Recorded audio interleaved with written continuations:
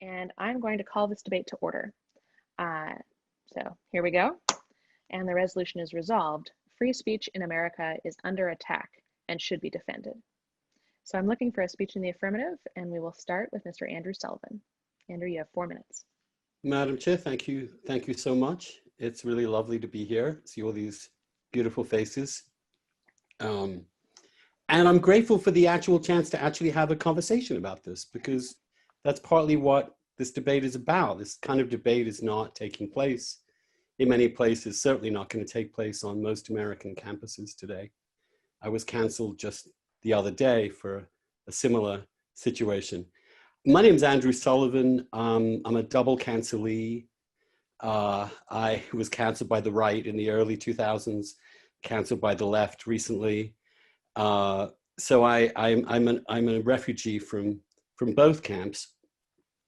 And I want to make just a few short opening remarks, some thoughts. The first is that this is not about whether the First Amendment still exists. It does exist, thank God. We all have a legal right, constitutional right to say what we think, by and large, and the government is not doing, by and large, an attempt to prevent that. It is in other countries which do not have the First Amendment. If I were in the United Kingdom, I could face jail time for voicing certain opinions. But happily still in the United States, we have a guaranteed freedom of speech. But part of the paradox of America is that alongside that guaranteed freedom of speech, there has been extraordinary waves in American history in which private people, civil institutions, the general civil society decides, partly because of that, that it will enforce speech codes and speech restrictions, will ostracize, stigmatize, demonize people for saying the wrong thing in the wrong place at the wrong time.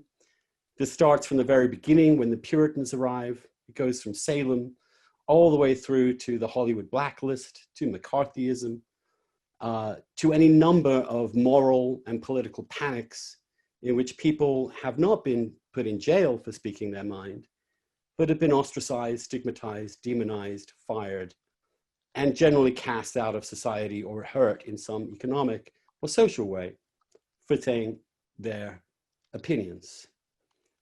And that is the situation we're in today, it seems to me. We really are in an extraordinarily constrictive time in which people are genuinely afraid to say what they believe for fear of the social, not political necessarily, or legal consequences.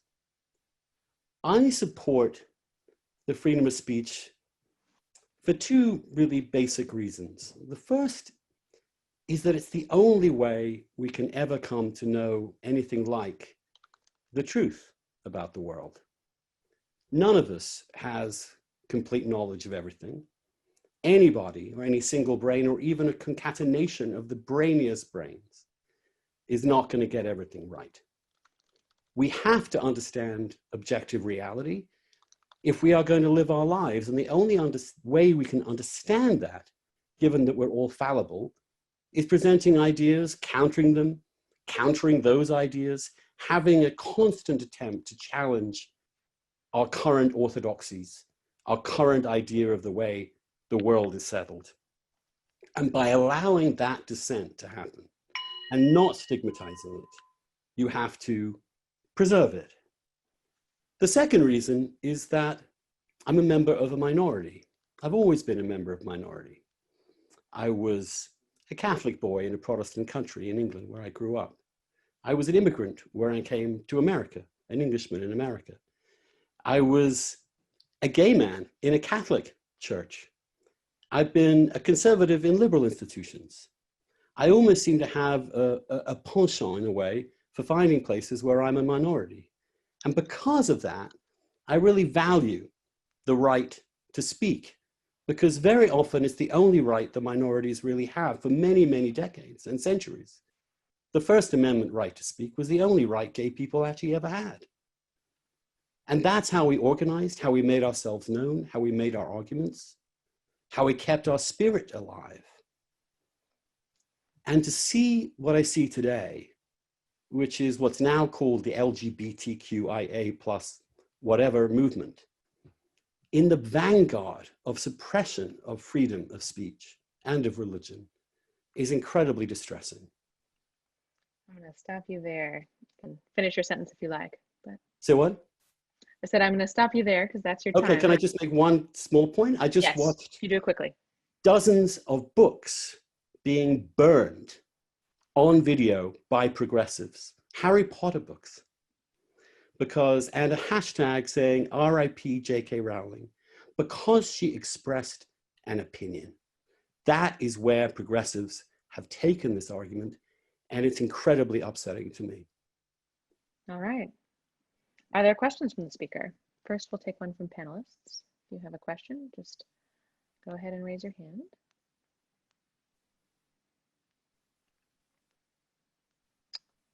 If he has stumped you all, we can go straight to Ms. Cespedes, my apologies. Go ahead and unmute yourself and ask your question to me. It's quite all right, Madam Chairman. My question is then, what does one do with the consequences, to use J.K. Rowling as an example, for the words that were uttered by merely answering a question? Should J.K. Rowling then be able to speak without consequence to the words that she chose to put out there on a public platform such as Twitter?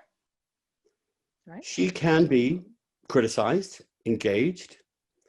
I would say that burning her books, demonizing her as a bigot, is something different.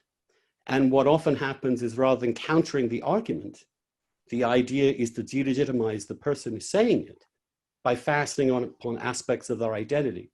So, for example, the unbelievable misogyny unleashed upon J.K. Rowling is really foul. And again, the notion of burning her books, calling for her death, this stuff is deranged. It's not about constructive debate or exchange of ideas. It's about punishing her as a human being. And I would say two other things. Sticks and stones may break your bones, but words will never harm you. That old lyric, which has been thrown away, needs to be remembered. And the other thing is Eleanor Roosevelt's statement that no one can make you inferior without your consent. Of course, you can hear the worst things said about you. I have debated fundamentalist preachers calling me doomed to hell. Did it affect me? Did it harm me? No, because I'm a grown-up and I don't take arguments as actually physically harmful. And the conflation of speech with acts in that way is inimical to a liberal society. All righty. Further questions? For our first attendee question, we're going to take Ms. Kathleen Clay. Please unmute yourself, Kathleen, and ask your question to me. Madam Chair, my question was already answered. Thank you. Oh, very good. All right, then let's go with Paulette Lee. Go ahead and let's unmute you and ask your question to me. Yes, thank you, Madam Chair. The speaker referred to at the beginning of his remarks the fact that he said that I'm paraphrasing now, that we don't have an abridgment of freedom of speech in this country now.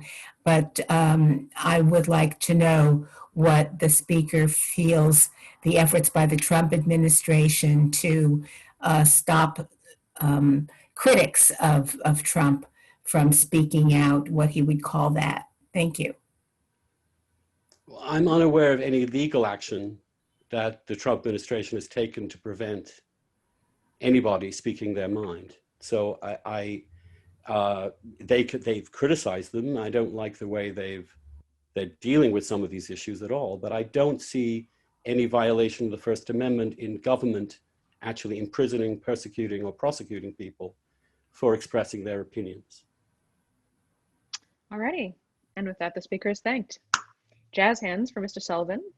Yes, very good. All right, and just a couple of small reminders for folks. The first is, I forgot to mention this earlier, but we actually do have a 1 minute time limit on, you have up to 1 minute to ask your question and 1 minute to answer. You guys more or less followed it, so it's not a rebuke, just mentioning that for the future. And as I said, you will hear this lovely little chime if and when you have 30 seconds left, and that goes for questions as well. The other reminder I would offer is that the Q&A box really is for questions, and it really is for substantive questions. I understand that there's the temptation to use it for like as a chat, but I would just ask everybody here to use it for questions. So with that, I am looking for a speech in the negative. And let's go with Mia Brett. Go ahead and unmute yourself. You have 4 minutes. Hi, everyone. First of all, for those who don't know me, I'm a PhD candidate in American legal history and almost lifelong political activist. And for many of you, you'll know me by my Twitter handle, which is @QueenMab87. I also need to apologize. My dog just walked in here, so if you hear that, that's why. I initially prepared for today and wrote out my own speech that I wanted to give, but since I'm going next, I actually have a few direct responses to some of the things that were said in Mr. Sullivan's speech, one of which is that a number of the, I'd say, embarrassing things in our past about limiting free speech, such as the Salem witch trials or the Red Scare, did involve legal action. In the Salem witch trials, women and men were legally sanctioned murdered for supposedly being witches. And during the Red Scare, HUAC brought people in front of congressional hearings. So unfortunately, we have a long history in this country of speech being limited by the government. And while I wish that wasn't an issue and we could focus on trusting that that would stay kind of, not something that we had to protect, we do need to protect the First Amendment, and we still need to protect it from legal intervention. As a woman, as a Jewish woman, I know that 150 years ago, I could have been thrown into a mental asylum or had a forced hysterectomy for saying things that were socially unacceptable. 100 years ago, Jewish immigrants were denaturalized and deported, like Emma Goldman, for saying things that supposedly violated the Espionage Act of 1917. And really, they were kind of encouraging people to maybe be against the draft. We have examples of that. Additionally, this week, Attorney General Barr suggested that protesters should be charged with sedition for supposedly wanting to overthrow the government because they are protesting racial injustice. And so we still really need to be fighting government intervention. Alternatively, historically, we have a long history of public shaming being a useful way of responding to socially unacceptable behavior that perhaps doesn't rise to a crime. In many ways, I think that public outrage is a democratized version of debate. For if sticks and stones can't hurt us from people who maybe are like J.K. Rowling or someone with a larger platform, why do people like J.K. Rowling get so offended by the sticks, but not sticks and stones, excuse me. If words can't hurt us, if you have a platform like J.K. Rowling, why can words hurt us if you are the mob kind of, the social media mob coming for someone like J.K. Rowling? We should have a place to respond to speech we deem bigoted. And quite honestly, I don't really see calling someone a bigot as the worst thing ever. I think that that is much less harmful than language that doesn't recognize trans women as women, than language that sees to say that I, as a Jewish woman, am being disloyal because I wouldn't vote for Trump. Language that sends death threats and rape threats to me. Language by Andrew Anglin in the Daily Stormer, who has written more than one article about me for pretty much nothing other than being a Jewish woman on the internet. Now, did I like that language? No. But do I feel canceled by it? Also, no. So I'm going to wrap up there, but I think that we're seeing a democratized version of debate rather than shutting down of free speech. Alrighty, very good. And with that, are there questions for the speaker? Panelists, you get first dibs. I see Mr. Bone. Go ahead and unmute yourself and ask your question to me. Thank you, Madam Chair. My question for the previous speaker would be, is there a clear line, or is it possible to draw a clear line that delineates democratized debate versus mob justice? Go ahead.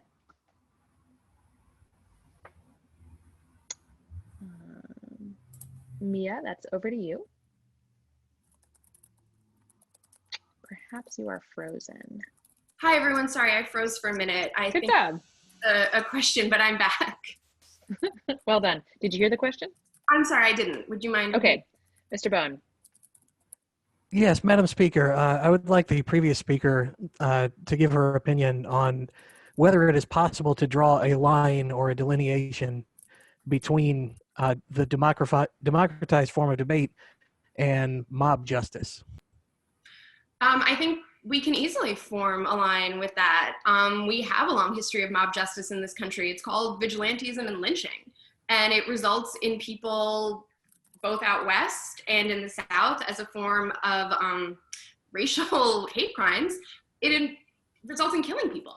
And I think there's a very clear line, and in my opinion, I don't think we're anywhere near mob justice. I'll also say that I am more than happy to condemn burning of books and condemn death threats, no matter who it's against. So I also have no problem with that. And I think that those are pretty extreme, not really, for people who agree kind of with the things I'm saying. I think that many would also see burning books and death threats as not what we're advocating. So I don't really think that that's a main point of view. Alrighty, very good. And for, all right, since he has to go, we will take one more panelist question, and from Mr. Sullivan. Well, you don't have to take it from me. I'm just, because it was directly addressed to me. Yes, the government did bring in people disgracefully in HUAC, but were there any actual legal penalties applied to people, or was it done through the industry? And secondly, with J.K. Rowling, yes, she's big enough. I'm big enough to survive being cancelled twice, although I was fired. What about all those people who are being fired who have no power at all, who are just caught in which their private texts or emails or old tweets are found? They're then accused and fired and lose their jobs because of mob justice. Mob justice doesn't always have to lead to someone being killed. It can lead to many people being fired and the chilling of free speech. Why is that not a concern? Well, for one thing, yes, there were real consequences as a result of HUAC. People were held in jail for contempt, and Congress put pressure on the industry to have responses. And so I don't really think that you can separate those two things very well. For another thing, there's never been a time in this country where your employer can't fire you with impunity unless it's for, well, lately, you know, in the last few decades, racial discrimination or speaking out as a whistleblower. I mean, this isn't new. Employers can fire people for whatever they want. If one of the reasons they fire someone is because of public pressure, then that's one of the reasons they fire someone. In terms of no power, you know, I'm not sure like how we're rating power exactly. So that's a little bit more complicated. Additionally, with mob justice, the reason that I drew a line with mob justice and as a difference between, let's say, lynching and vigilantism versus what's happening now is because people putting pressure on an employer, for example, to fire someone, that's not mob justice. The employer is choosing to fire someone. Now, maybe that employer is making a decision because, you know, they want their business to stay open and it seems, you know, under capitalism that people are going to boycott their business. But it's still the employer making the decision. Alrighty, and for an attendee question, we're going to go to Tom Schaffner. Tom, go ahead and unmute yourself and ask your question to me.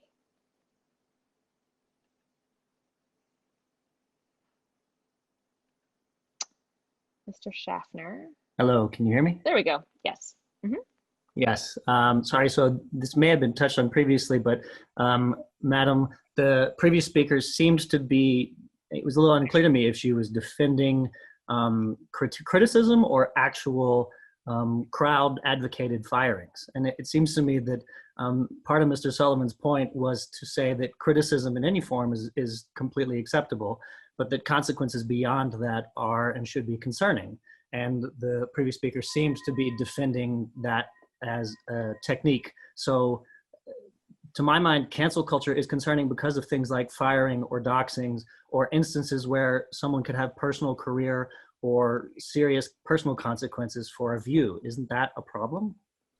I don't think it is. I will draw a line though between doxing and public pressure for firing someone, because those aren't the same things.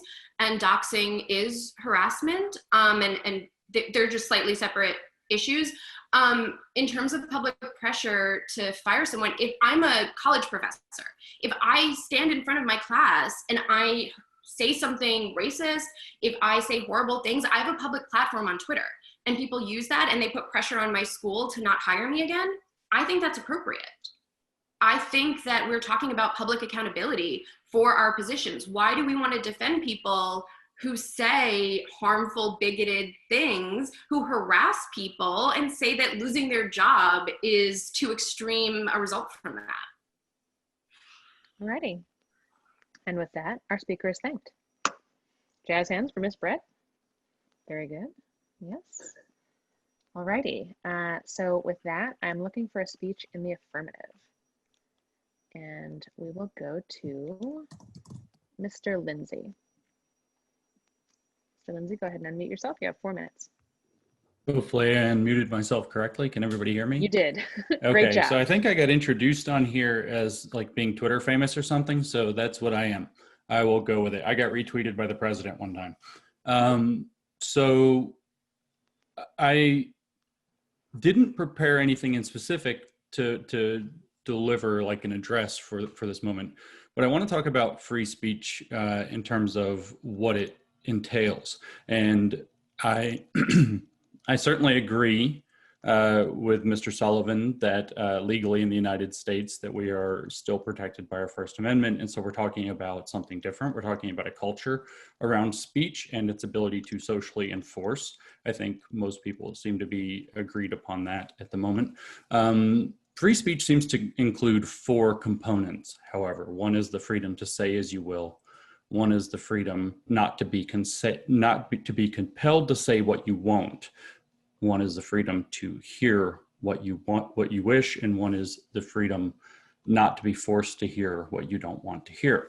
So if we look at those 4 components of what free speech entails, the question is, are we seeing a profoundly chilling effect on any of them or all of them? And I think the answer is actually that we are seeing a chilling effect on all of them. There are certainly words at this moment that I could speak that some people may deem as racist and most people may not deem as racist, that it or transphobic or any other number of things. And if I were to say them, I would suffer rather serious consequences because I'm in public. That means there is some pressure infringing upon my ability to say as I will. There has been a tremendous amount of pressure, not personally on, actually there has been on me. After I got retweeted by the president, as I mentioned, I was resoundingly hounded on Twitter to denounce the president. So in response to that, I changed my Twitter handle to retweeted by the president because I was being compelled to speak as I wouldn't. The kinds of protests, for example, the president had his rather regrettable, I think, rally on the White House lawn recently, and people were jackhammering outside of that. They were playing loud music, they were screaming and doing other kinds of ridiculous things with the intent to drown out the ability of the audience to hear the president, who presumably had showed up to hear that. So there is also an attempt to stifle the ability to hear what you will. And at the same time, I don't know that, I think every major organization in the country has put out a statement, and everybody's had to read maybe 3,000 of these identical emails in the past 4 months saying, they all begin the same way: after the tragic or brutal murder or tragic death of George Floyd, blah, blah, blah, blah, blah, blah, blah, racial justice, blah, blah, blah, blah, blah, blah, blah. There's no way to opt out of these things. Mandatory anti-racism trainings, unconscious bias trainings, and so on are appearing at workplaces. They're showing up in schools. They're showing up in college classrooms.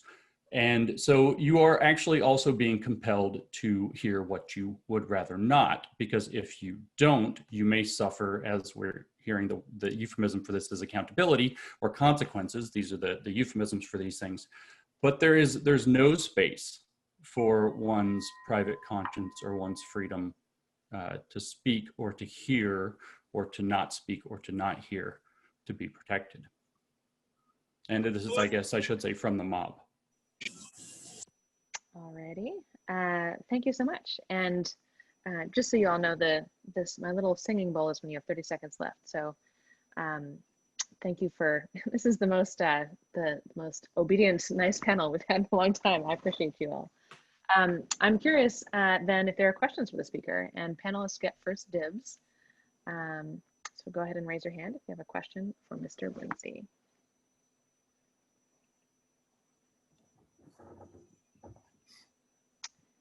If none, we will start with, let's go with William Loudon. Go ahead and unmute yourself and ask your question to me. Well, the question I just typed was, I'm an early founder of the internet back in the late 70s. I'm a professor currently of a course entitled Fake News. And so the challenge today is, what is free speech? Free speech to me is, the right to express your grievances toward the government in the basic definition. But how do we differentiate that free speech from the fake news, the misleading information, these alternate truths that are coming about that are really more harmful than they are just opinion? And especially today, in the day of the internet, these things transmit faster than we can get the truth out there. So how do we resolve those issues, or how can we control that? All right. Well, I think if we knew that, we would do it. That's a hard question. We are in actually a very challenging moment in history. We now have a new technology that enables every single person to be a broadcaster. It is true, the old adage says that lies make it halfway around the world before the truth can get its shoes on. And Right. So we do have this need for a vigorous fact checking, of course, in such an environment. And we do have the democratization of information that allows us to attempt that. But we also have the problem that fake news spreads enormously quickly, I think even faster. The recent study showed even faster than real news. And so we face a situation where I think we actually, I hate to say this is the answer, but I think we have to start coming together as people who exist at least part of our lives on the internet and start trying to figure out the solution to that problem, because I don't know that there is a good one yet. All right, and for our next question, we'll go to Jason. Jason, go ahead and I believe you're unmuted, so just ask your question to me. Okay, hey, Madam Chair, my question, I think a lot of this comes down to is we've got a lot of people who, it's where you draw the line in terms of acceptable speech. I think we've got probably Andrew is going to be a little bit closer to the libertarian side, where basically any speech beyond incitement is going to be acceptable. So I hear from Andrew's side, people saying this speech should be appropriate, this speech should be appropriate, this speech should be appropriate. But what I'd like to hear, 30 seconds. is on the people on that side, is that what they think? I mean, is it only incitement, everything beyond incitement is acceptable? And then on the other side, we have a lot of people who I think are drawn in the borders a lot closer. What I'd like to hear from them is, when is it not appropriate to cancel? When is there a time where somebody comes in and says, you shouldn't be allowed to speak that way, but that's been unfair? So you see where I'm coming at? I'm trying to figure out where the line is drawn between these two groups. Mm-hmm. All right, Mr. Lindsey. I'm not quite sure I know the answer to this question either. I'm getting hit with strange questions that I find hard to answer.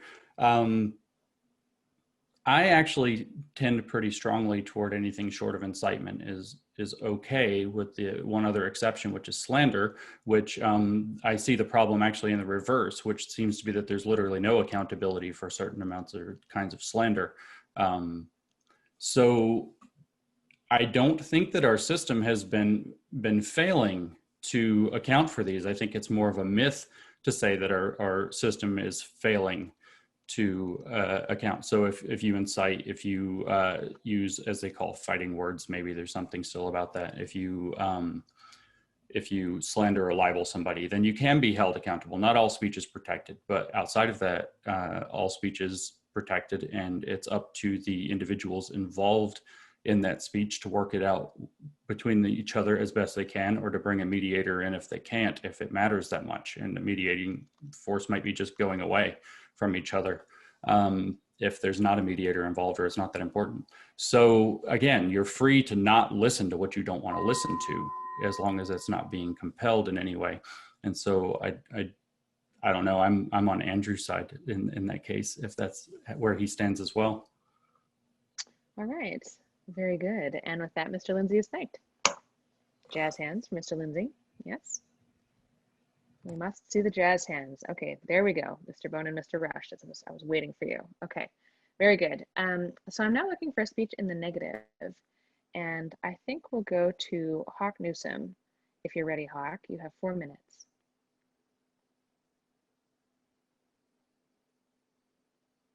You're still muted. Unmute There you go. and let's unmute and let's pull over somewhere so I can talk to you all without crashing into the cars that are right in front of me. All right, it's been a crazy day. We had some ICE protests. About 20, 30 protesters were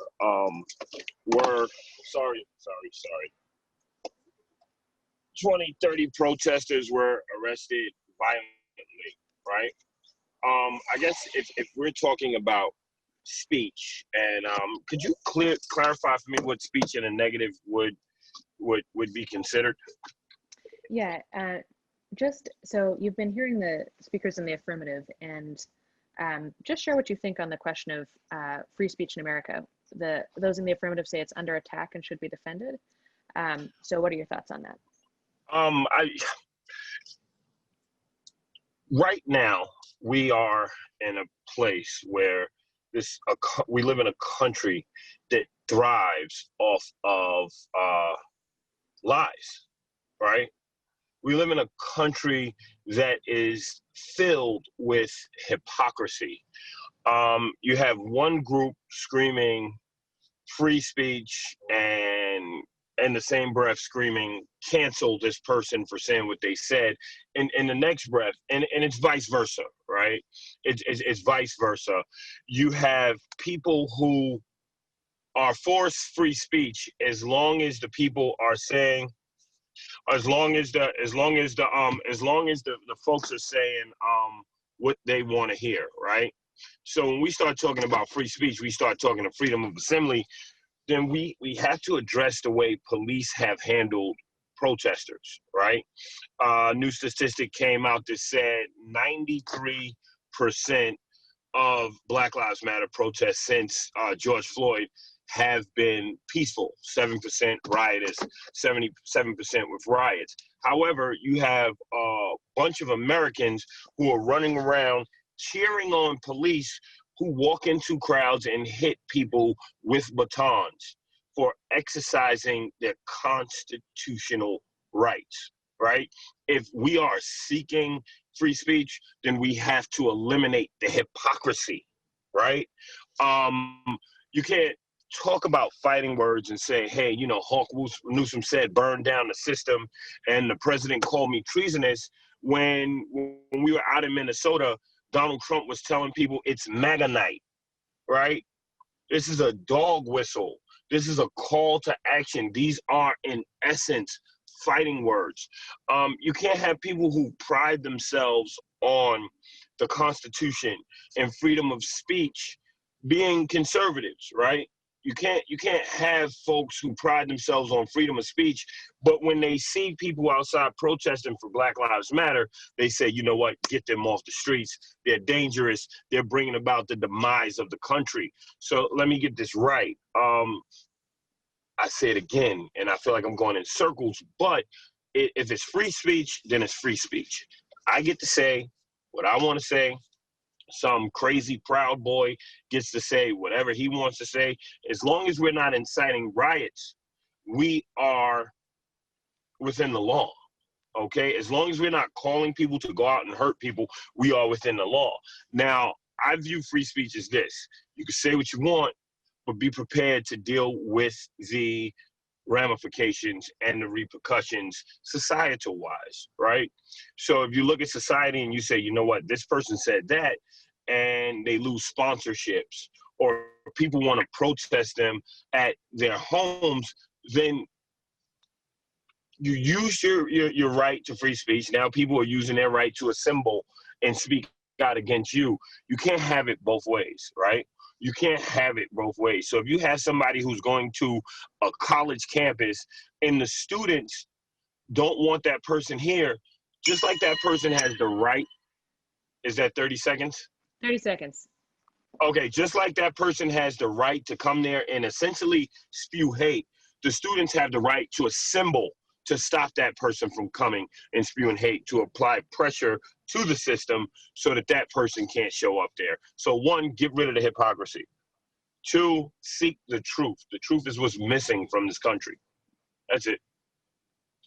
All right. Are there questions for Mr. Newsome? Ms. Iversen, go ahead and unmute yourself. Ask your question to me. That I have to do the unmute part. Madam Chair, I am curious with the previous speaker talking about the current protests and how 7% of them have proven to be riotous, but the majority have been peaceful, and I agree with that. My question is, how do we then reconcile the fact that so many right-wing speakers were disinvited from college campuses or disinvited from various other speaking engagements because the argument specifically that was used against them was that where they show up, violence tends to follow, even though the majority of those who show up to listen are absolutely not violent. It's a very small group of people. All right, Mr. Newsome. Thank you, Madam Chair, and thank you for your question. That is a very nice background you have going on there. It makes me and my makes me and my Chevy Tahoe look kind of crappy, but we're all working in different offices, right? Okay, so here's the thing. Like I said, you can say what you want, but you have to deal with the ramifications. There could be an athlete who says something that the public doesn't like. The public boycotts the company that endorses them, and they lose their endorsements. I mean, you can't say that the people who are showing up there are peaceful. However, the subject at hand causes conflict. It's going to bring people in who are in opposition, and that might lead to a riotous or a violent situation. So, I mean, it's a pressure game, and the people on the opposite side are winning because they're applying the right amounts of pressure. All right, and for our first attendee question, we will go to Jim Avera. Jim, go ahead and unmute yourself and ask your question to me.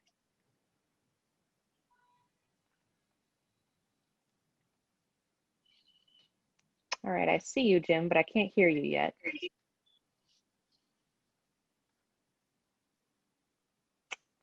Maybe there's a tech issue here. Let's start then with Tomer Applebaum, and Jim, I'll come back to you in a second. Tomer, go ahead and unmute yourself and ask your question. Sure.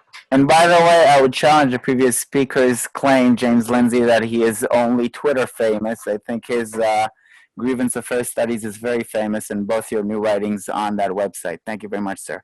To the most recent speaker, Hawk Newsome. I apologize if I said your name wrong. It's what all my friends call me. All my friends call me Hack. It's problem. I'm sorry. No bad feelings. It's not original, but I get it. I'm a New Yorker here, bro. I mean nothing by it. It's all cool. First of all, ask it to me. Remember, ask it to me. Go ahead. All right. Mrs. Chair April, please ask the speaker. O.J. Simpson was 7% peaceful that infamous night, so I don't really understand that claim. And my question is, does the speaker deny the violence perpetrated by rioters? Does he justify it if he doesn't deny it, including robbing and burning of businesses, police stations, and murdering of people, including 8-year-old Sequoia Turner and 77-year-old David Dern and that 16-year-old in Chaz? Right. And does he condemn it? All right, Mr. Newsome. Oh wow, that was a lot. I'll try Sorry, not man. to be I'm sorry. offended. No. I'll try not to be offended and just answer in the most earnest way, in a true braver angel spirit, and say this: I am against violence unless it's in the form of self-defense. And I think it was a terrible analogy saying that O.J. Simpson was 7% guilty. I would love to give him a chance to rephrase that so he could actually make sense. What I'm saying is there's 7% of riots. Look to the reason why people riot. People are frustrated. They don't have any representation in government. Contrary to what you might think, Democrats are truly not on our side. They don't have any protection from the police. If you look at any of these instances of police violence, there was never a cop who was there and a party to it that stepped forward first and said that this was wrong. People are angry and they lash out. They lash out in frustration. I don't condemn nor do I condone the riots. I've said this before. Any harm to an innocent civilian, I am against. Like I said, if you have to defend yourself, then you defend yourself. I don't believe that regular mom and pop businesses should be attacked. If you're going to attack a corporation, so be it. A corporation that exploits and oppresses people, so be it. But mom and pop shops, hardworking family-owned business, I'm not with that. We actually went out and cleaned up mom and pop shops and shops that were attacked and issued statements telling people not to attack those particular businesses. Alrighty. And for a final question, let's try Jim Avera one more time. Can you hear me now? Yes, there we go. Ask Okay. your question to me. All right. So in World War II, there was repeated dissemination of fake news, what we call now false claims by Hitler. And that was a cornerstone of his success in arousing the dark side of human nature, especially racism, with utterly terrible consequences, namely mass murder. So my question is, when and how should modern culture or society, what should we do today to guard against manufactured, whoops, it scrolled off here, guard against manufactured mass hysteria before it can become dangerous, while at the same time keeping the door open to new and divergent ideas so they won't be just squashed. Thank you. All right. Brother Jim, I think that was a very well thought out question. And I might upset a few people with my answer.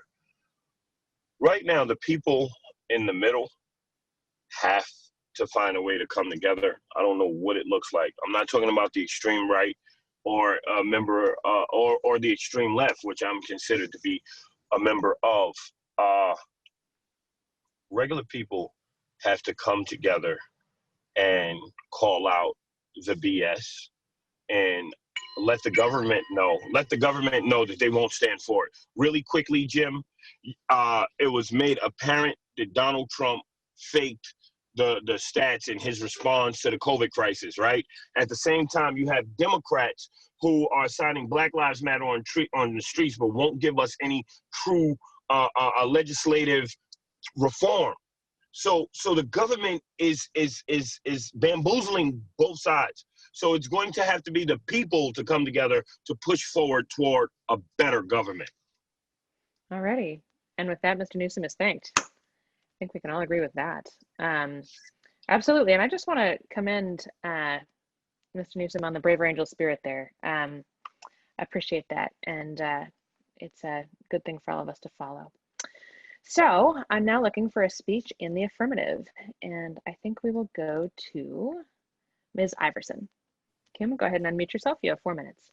Thank you, Madam Chair. Thank you guys so much for having me. I'm Kim Iversen, so I am mostly seen on YouTube. I do a show about politics and foreign policy and whatnot, so talk a lot about cancel culture and censorship quite a bit. So I didn't really prepare anything, but listening to everybody speak, this has been very interesting of a conversation. And I think a big question that has to be asked regarding cancel culture is, what is the goal of cancel culture? What are we trying to accomplish with it? And I think that it boils down to two things from what I gather. And one, which is make society safer, right, by changing a person or an organization's behavior. That seems to be the goal of cancel culture.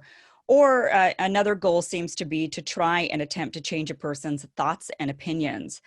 And I think the failure of cancel culture is on that second one in particular, with trying to change a person's thoughts and opinions.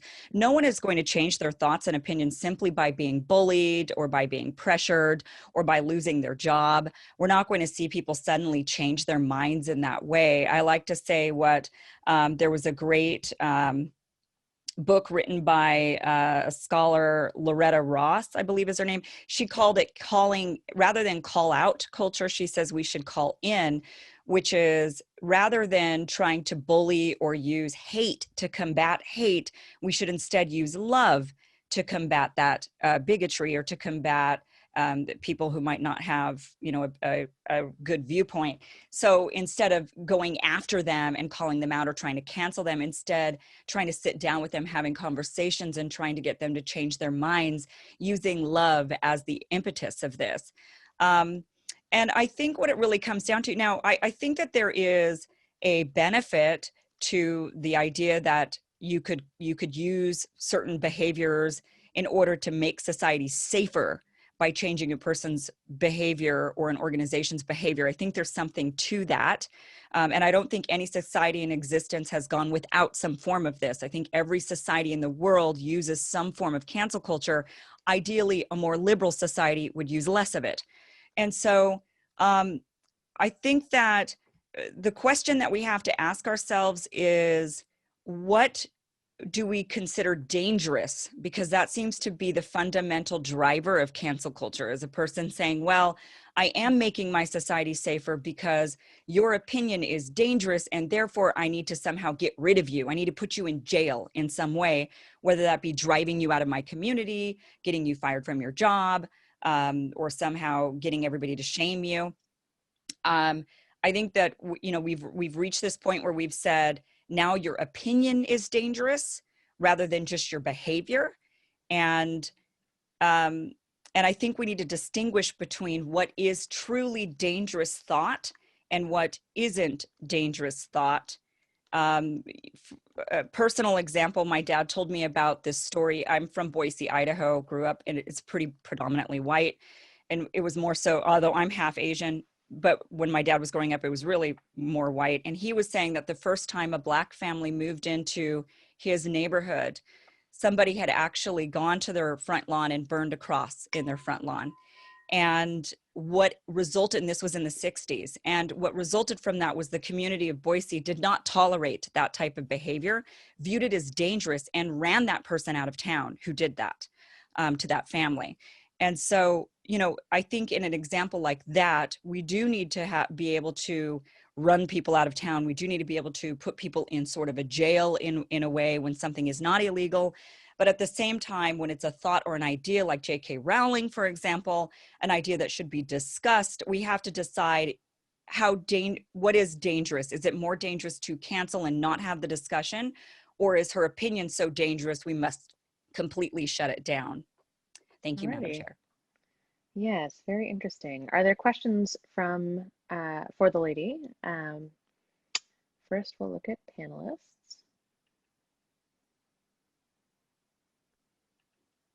Alrighty, seeing none, we will go to, Inez, Ms. Stepman. Sorry. Go ahead and unmute yourself and ask your question to me. Sure, Madam Chairwoman, I would just like the previous speaker to address the danger, perhaps, of who makes, she talks about sort of a line at which an opinion is too dangerous. And I was wondering, I think all of us probably could answer that question a different way. So I guess the question would be, who has the right to decide which opinions are merely unpopular and which opinions are dangerous? All right. Excellent question. I think that when we are, as a society, because like I said, I don't think there's any society that is totally free of cancel culture of some kind. And so ideally, the more liberal the society, the more free a society, more freedom a society allows. And so in this regard, interestingly, it would be cancel culture canceling cancel culture. So it would be the liberal society that says we want freedom and we want a liberal society, and therefore we are going to get together, similar like we are here tonight, to say we will not accept this behavior. This is crossing the line. And I would guess that every society has to make that decision for themselves. At what point do they feel like cancel culture has gone too far? And it would be up to each individual nation or society. I would just hope that in our society, we live in a more liberal one. All right. And for our first attendee question, we're going to go to Michelle Sieglitz. Michelle, go ahead and unmute yourself and ask your question to me. Thank you. And thanks, Kim. I'm a big fan. Really liked what you had to say. What she had to say, but yes. My question, Madam Chair, my question is, how does the role of art and creative expression play into the conversation of suppression of speech and the free marketplace of ideas? All right. Madam Chair, that's a really good question. There has been, thankfully, in some ways, there's been a little bit more freedom amongst those in the creative arts, especially in the realm of comedy. We see a lot of freedom for them when it comes to what they can get away with saying and ideas that they can express. And so, for me, I'm a big, I don't really believe in censorship of ideas. I only agree with cancel culture when it's changing a person's behavior, actual bad behavior, like the example that I used. But if it's an idea or a thought, then I think we should be able to have free expression in all realms, not just in the arts. All right. And for a second question, we will go to final question, Ms. Annie Wong. Annie, go ahead and ask your question to me. Hi, Kim. Also a big fan.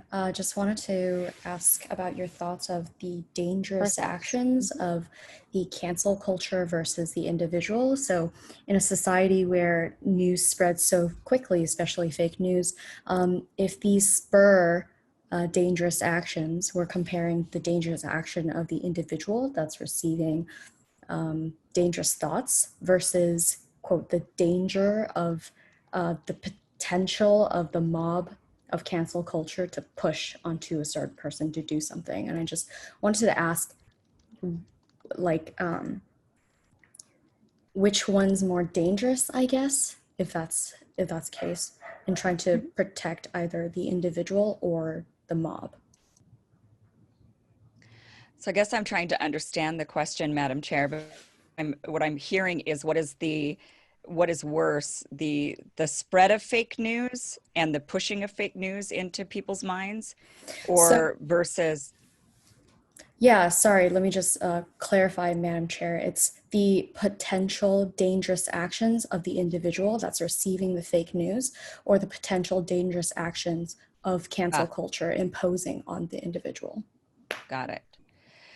So if somebody gets some information and it's fake information, they might act in a certain way, and that's very dangerous. And or a mob acting in a certain way is also could be very dangerous, towards some other towards that one person. Exactly. Towards that one person who acts dangerously because of the information that they received. Or spouts dangerous thoughts. Right. Whatever dangerous thoughts entails. I think that the mob is more dangerous. My opinion is the mob is more dangerous than the individual, because the individual is just an individual who says what they say, and you and I have a choice on whether or not we want to believe that individual or follow what that individual says. Whereas a mob, the pressure of the mob, as we've seen in like gang mentality of any kind, that it's much worse, and that it creates an energy. People feed off of the energy of the gang, of the mob, and it amplifies. So something that might be a small spark turns into a giant roaring fire when it comes to that mob mentality. So my opinion is that the mob mentality is more dangerous, and that an individual giving their opinion is less dangerous, especially since we can't really distinguish necessarily what is fake and what is real news, because that's also up for debate. That's probably a different debate, but it's up for debate as well as to what's real and what's fake. Alrighty, and with that, the speaker is thanked. Jazz hands for Ms. Iversen. who, yes, does have the best background of anyone here. And I hope I'm not insulting the rest of you by saying that. So what we're going to do now is partly as a way of just sort of gauging how this is going and how everybody's experiencing it, we're going to do a poll. And so I'm going to ask my beloved poll manager, Leslie, to go ahead and put up the first poll. And everybody is going to have a chance to click on it and to vote. All right, you have 1 minute. Go ahead and select your answers.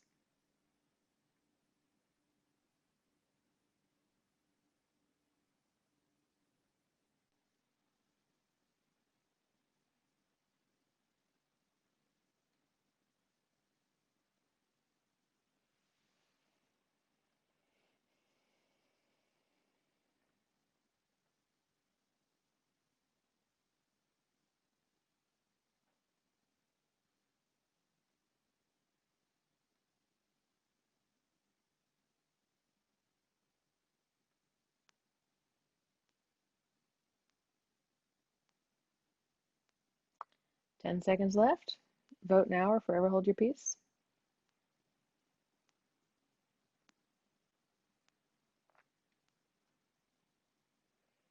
Alrighty, we can go ahead and, yes, good. And so, yes, perfect, Leslie, sharing the results. Excellent. Okay, interesting. So the thing that it seems like what we're feeling is that this is a really respectful debate and people are being really truthful and really honest. And that's spectacular. That's what we're trying to, that's exactly what we're going for here at Braver Angels. I'm also seeing that, like, you know, we could do with a little bit more passion. So folks, speakers, don't hold back. Just let us hear what you feel. And also, as is sometimes the case, we would love more personal experiences. So one person, a couple folks have talked about being canceled or how they engage that, but anyone else who wants to share that, we'd really welcome it. So seems like things are going well so far. Thank you, Leslie. And we're gonna go ahead and move on.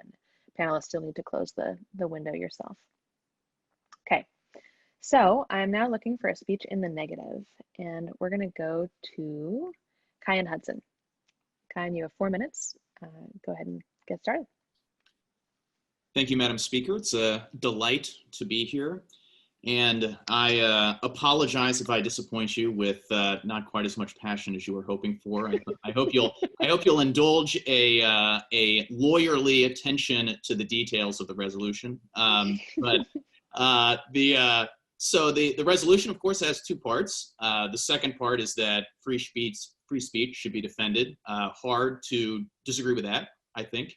The first part, though, asserts that free speech is under attack in America. And while there's no doubt that there are incidents of violations of free speech principles that happens today, I think the implication of the resolution is that things are getting worse, that free speech in America is in a bad way. Things are worse than they used to be, and we should do something about it. And it is with that proposition that I disagree. The reason is really quite simple. I think the Supreme Court is the most protective. Today's Supreme Court is the most protective of free speech than any Supreme Court in American history. The Supreme Court, just in the last couple of years, has told the federal government that it can't refuse to register trademarks because they are disparaging, or refuse to register trademarks because they are, quote, immoral or scandalous. The Supreme Court very recently told the state of Minnesota that it couldn't prohibit the wearing of political apparel at polling places. More controversially, the Supreme Court said that public sector employees couldn't be forced to pay for union speech with which they disagreed. And so we have a Supreme Court that is extremely protective of free speech, and if anything is expanding the protections offered by the First Amendment. So why is it that people think that free speech is under attack? And I think the counter argument, which Mr. Sullivan gestured towards in his remarks, is that free speech isn't just about what the government does. It's about it's something bigger than that. And there's certainly something to be said for that point of view, not least the fact that it was espoused by no less a dignitary than John Stuart Mill. So there is something to it. But nevertheless, I think it's wrong. I think it's mistaken. And this is a complicated issue, but I think for at least two reasons. So the first reason goes to something that Mr. Sullivan said as well, which is, of course, his invocation of the old nursery rhyme that sticks and stones may break my bones, but words won't hurt me. And the principle that underscores is that there is some fundamental distinction between violence and speech. And the reason why historically the US Supreme Court has had something called the state action doctrine that has treated government differently, government restrictions on speech than other organizations' restrictions on speech, is that the government is different. There's intrinsically a violence to what the government does that there isn't with other actors. So that's one. But second, really more importantly, is that anytime someone is being criticized or someone is being excluded, disassociated, there are two persons' speech rights in the balance, not just the person who is getting shouted down, but the person doing the shouting. And crucially, the crucial point, I think, is that the fact that both people are exercising free speech rights doesn't mean that both people are in the right. When I'm offering a beautiful, elegant argument that's thoughtful and someone responds by shouting obscenities, we're both exercising our free speech rights, but that doesn't mean that we're both acting appropriately.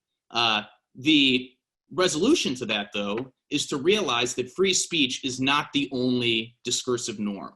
There are other discursive norms, and acting in good faith, being charitable. And it's those that we're modeling here tonight. And for that, I'm thankful to you, Madam Chair. Thank you, Mr. Hudson. You know, the group did say they wanted a more thorough understanding of the issue. And so I feel that even without, you know, the personal stories, it still works. Are there questions for the lawyer?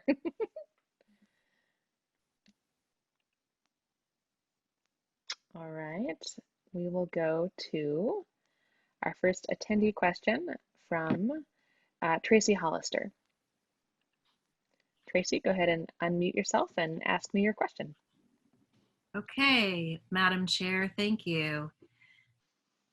So my question is to the previous speaker, do you think the Supreme Court, oh yes, does Mr. Hudson think that the Supreme Court should permit YouTube to cancel videos of doctors and others who hold a different opinion on the coronavirus risk and response than the World Health Organization, when that same organization could be wrong about a brand new virus?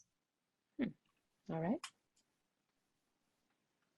right. Madam Chair, to respond, unfortunately, because I work for the government, I can't talk about any specific cases. I apologize. I know that's a bit of a cop-out, but I will very happy to speak to the general issue. And I think that Justice Kavanaugh, who wrote an opinion for the court just a couple years ago in a case about Manhattan public access television. I know that sounds very scintillating, but that was about the state action doctrine. And in that case, he explained why it's important that the First Amendment draws a distinction between government restrictions on speech and private parties' restrictions on speech.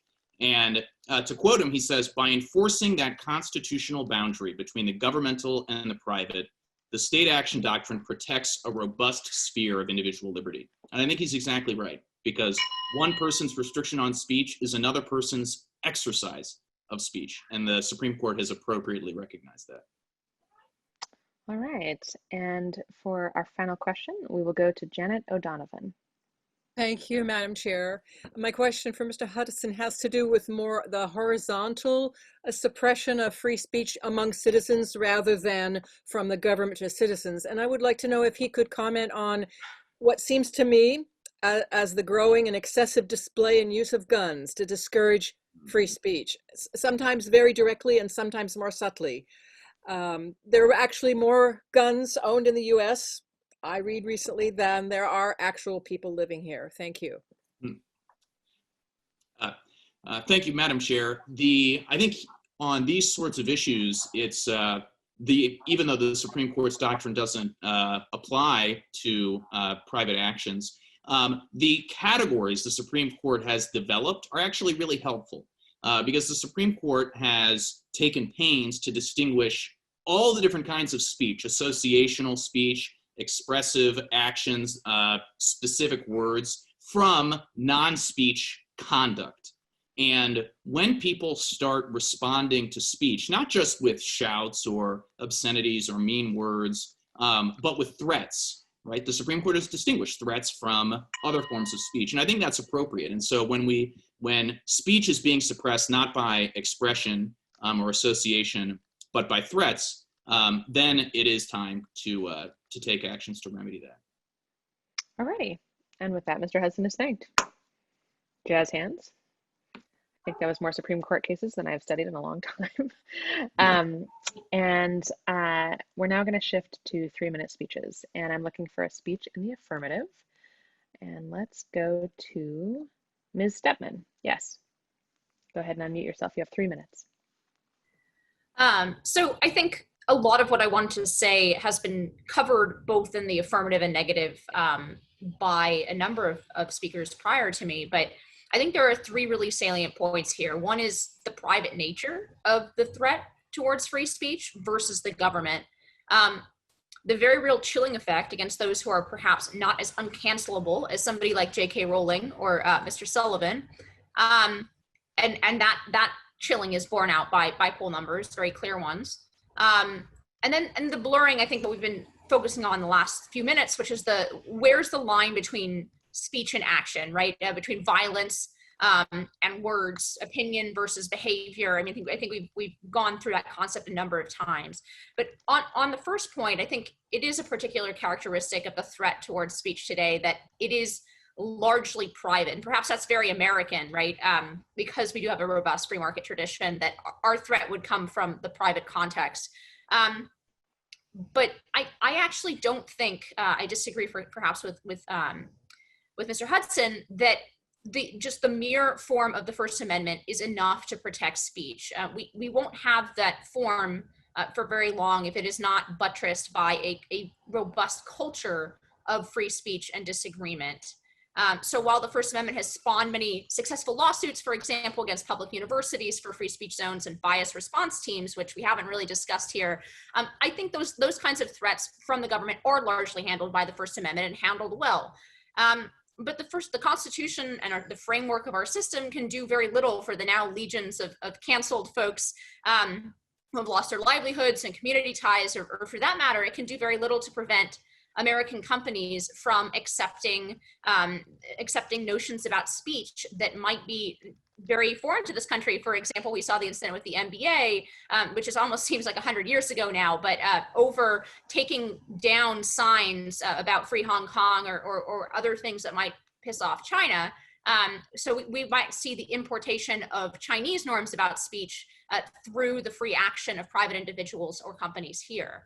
And then, of course, we have the issue I just want to introduce because we haven't gotten to it yet, and I think it's important, of big tech and increasingly how it inserts itself into our speech landscape. It kind of prunes or shapes how we speak to each other, what we hear from other people.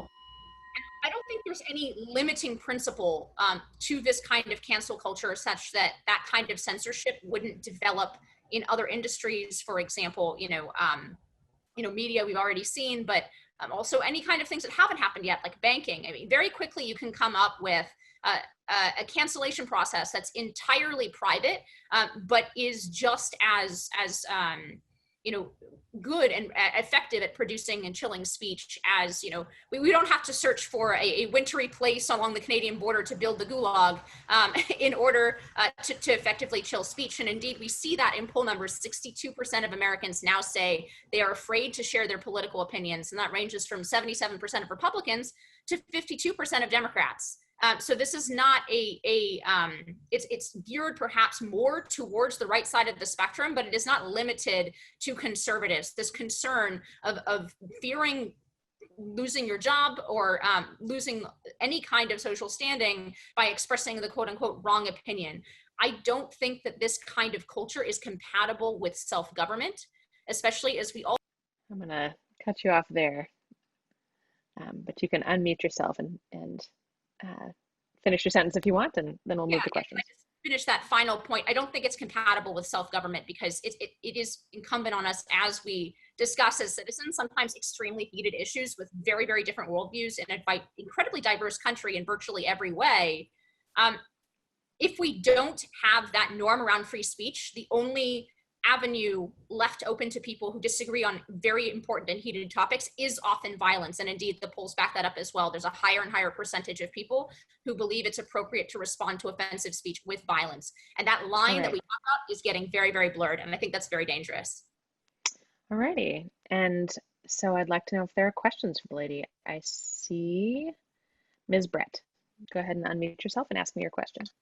Yes, thank you, Madam Speaker. I would like to know why we assume that this is such a new function of our current society, that people might be scared to voice political opinions or scared to voice opinions that might be unpopular. We might not have been polling about it 50 to 100 years ago, but the concerns about publicness of opinions or worries that someone might be deemed a communist or gay or too feminist or crazy or whatever it may be, I don't think that those are new fears. Thanks for that question. And I don't think they're necessarily new fears, but they are new in the recent political history. And we've seen the poll numbers change over the past several decades. So there has been some polling on this issue. Now, I don't know what the polling looked like, in 1880.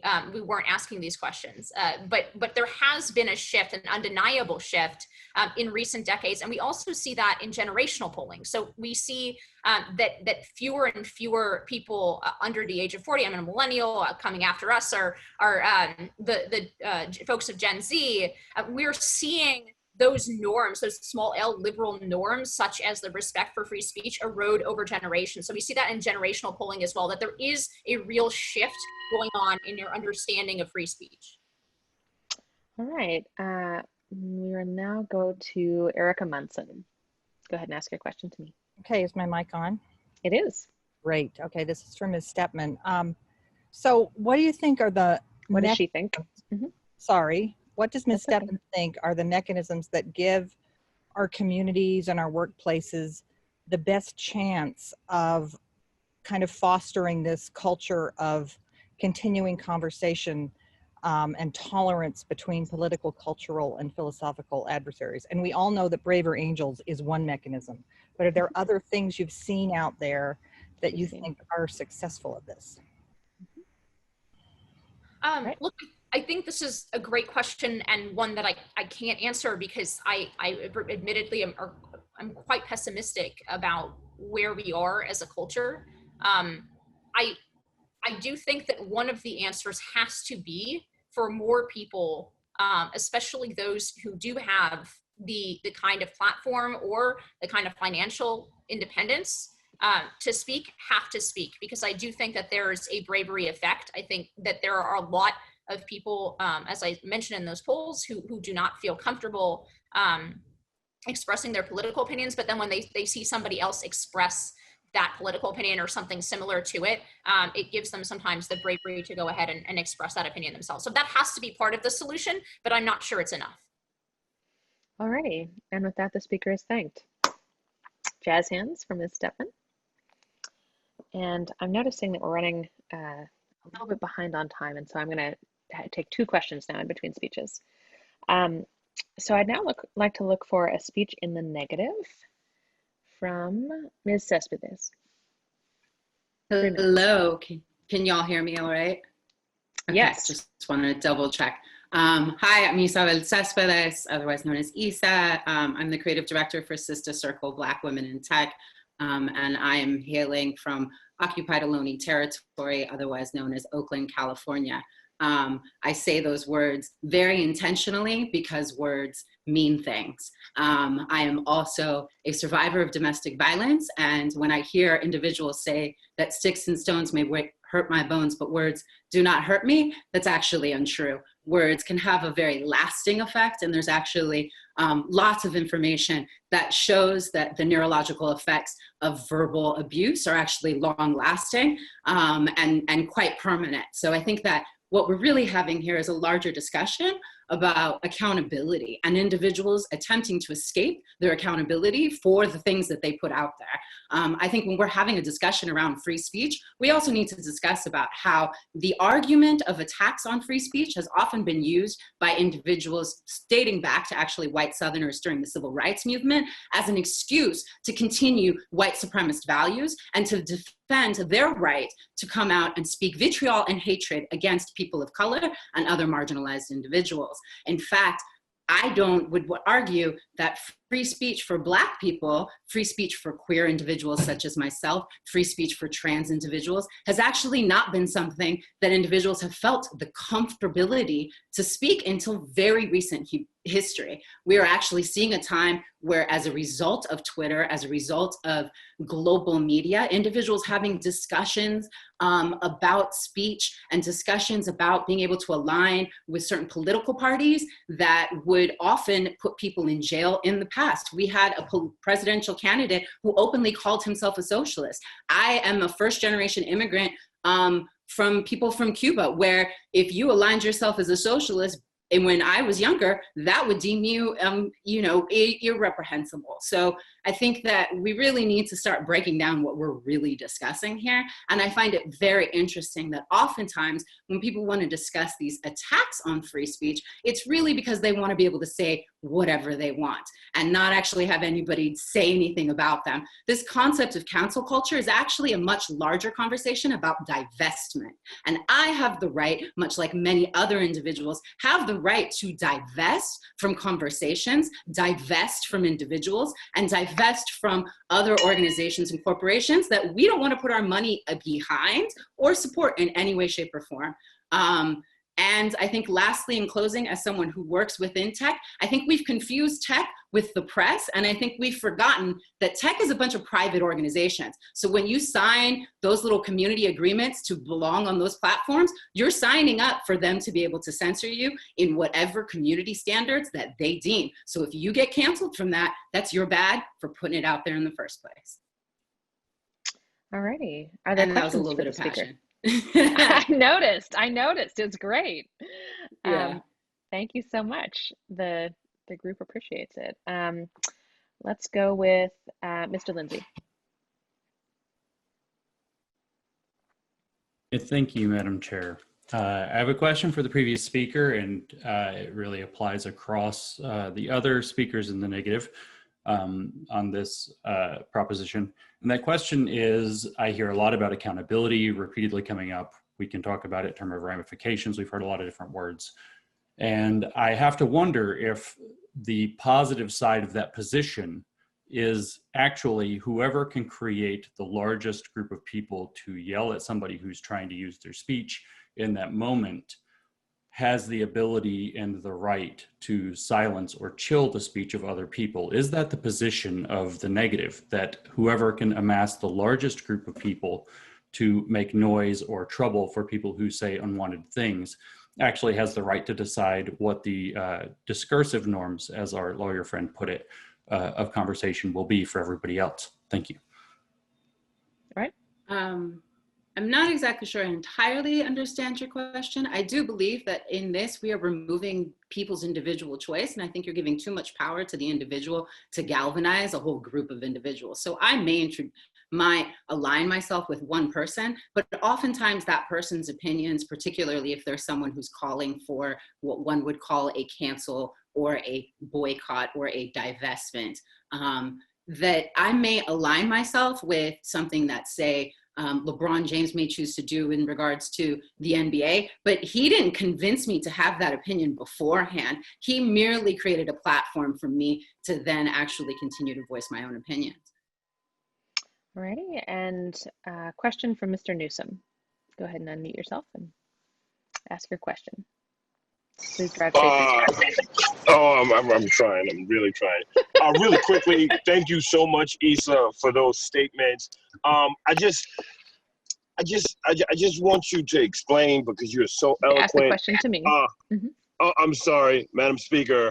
I would like she is for so the eloquent. I agree. Madam Go ahead. Speaker to explain how attacks on free speech only became an issue recently, when it was mostly people who are spouting racism and hatred that have come under attack. When Black people have been being canceled by Hollywood, by the government, and have been being killed since pretty much the occupation of this country. I don't think that that people are really picking up on the fact that Black people have never truly had free speech without ramification. And I think that we're dealing with a bunch of crybabies in this country, because what we're seeing is the tables being turned, and people are very uncomfortable and they can't handle it. All right, Ms. Cespedes.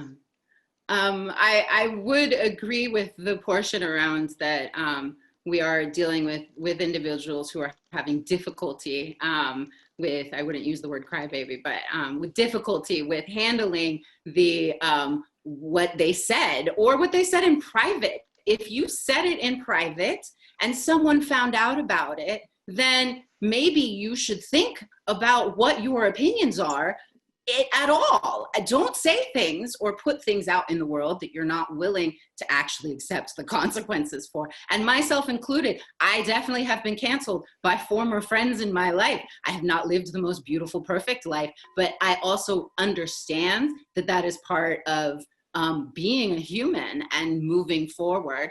Lastly, I would say that actually Black people, this whole attack on free speech has existed since way before the internet. And this is not a new conversation at all. It's just on Twitter. All right. And with that, the speaker is thanked. All right. Yes. Thank you for the passion. So usually there are more questions than we can get to. And so I just appreciate those of you who have been ready and had them. And we'll get as many in as we can. And so I'd now like to go to an affirmative speech from Mr. Bone. Mr. Bone, go ahead and unmute. You have 3 minutes. Thank you, Madam Chair. I really appreciate this opportunity to get together with some folks and have an honest discussion. Thank you very much to the Braver Angels organization for facilitating this. This is not the first public forum that I've been a part of.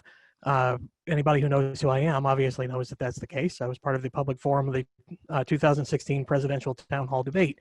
It's also not the first Braver Angels debate I've been a part of. It is, however, the first time I have had to go toe-to-toe, so to speak, with PhDs, lawyers, physicists, a prominent civil rights activist, a guy in a bulletproof vest who is obviously very busy tonight. Very much appreciate his views. He was awesome. So you got all those folks, and then you got the goofy-looking dude in the sweater. So thanks for maybe a part of this.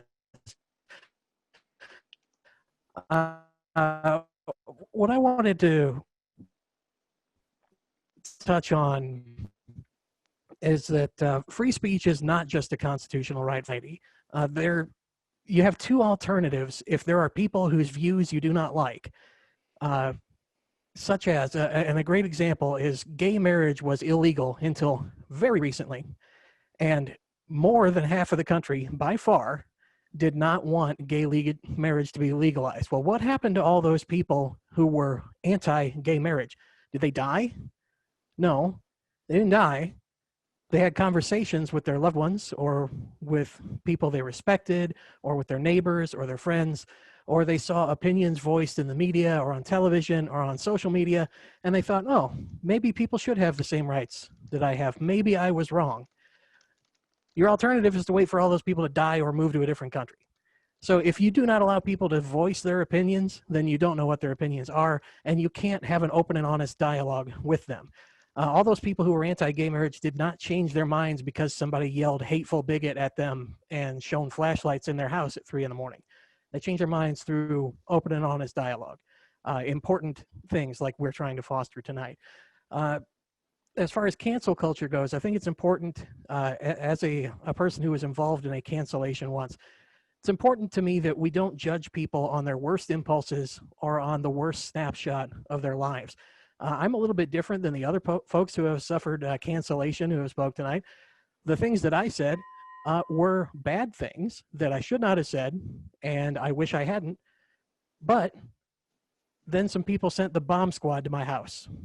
Well, there needs to be some room for forgiveness. There needs to be room for forgiveness and growth in a society, or else this division, this wedge that we have between the Reds and the Blues will never, ever, ever come back together. Changing minds requires open and honest dialogue, and shutting down the speech of people you disagree with shows, I feel, not only cowardice, but defeatism. It shows that you do not trust your fellow human beings to filter out evil and bigoted ideas, that you are afraid that if someone hears an evil and bigoted idea, they'll be drawn in to evil and bigoted culture. The KKK is strongest when they have their hoods on. Make them take their hoods off and let them talk and see how good the organization does. All right. With that, are there questions for Mr. Bone? I see Ms. Cespedes. I just wanted to ask, what would one say then about the Tulsa rally and the unabashed, unhooded white supremacists who chose to show their support? Was that less dangerous? Well, Madam Chair, thank you for that, allowing that question to go through. Yes, that is absolutely less dangerous than letting them gather in fields and burn crosses and plan possible terrorist events. It's much better for them to show up looking like dorks with polo shirts and tiki torches. All right, and we will now go to Mr. Hudson. Thank you, Madam Chair. Madam Chair, I'm curious what the prior speaker thinks about other norms that Better Braver Angels seeks to cultivate that he thinks might be beyond free speech, that he thinks might be useful to facilitate effective public discourse and the pursuit for truth. If there's anything beyond free speech he thinks is necessary for that. Well, thank you again, Madam Chair. That was an excellent question. Braver Angel is a fantastic organization because not only does it foster open and honest dialogue, it allows us in non-plague times to come together and recognize the humanity of people who don't necessarily agree with us. And yes, that does tie into the cancel culture and free speech argument, but I believe it is separate enough to say that it is a separate norm. I do not agree with every political opinion that has been expressed by well, anybody. I don't agree with everybody's political opinions except mine. But I am fully willing to engage with them and recognize that there is humanity behind the face and there's humanity behind the words. And Braver Angels is a great organization to help everybody come to that viewpoint. Alrighty, Mr. Bone, your check is in the mail. Actually, I guess people could think that's literally true. All these folks are doing this for free, and so I take no responsibility for their words. However, we do appreciate it, and with that, Mr. Bone is thanked. Jazz hands for Mr. Bone. Yes, very good. All right.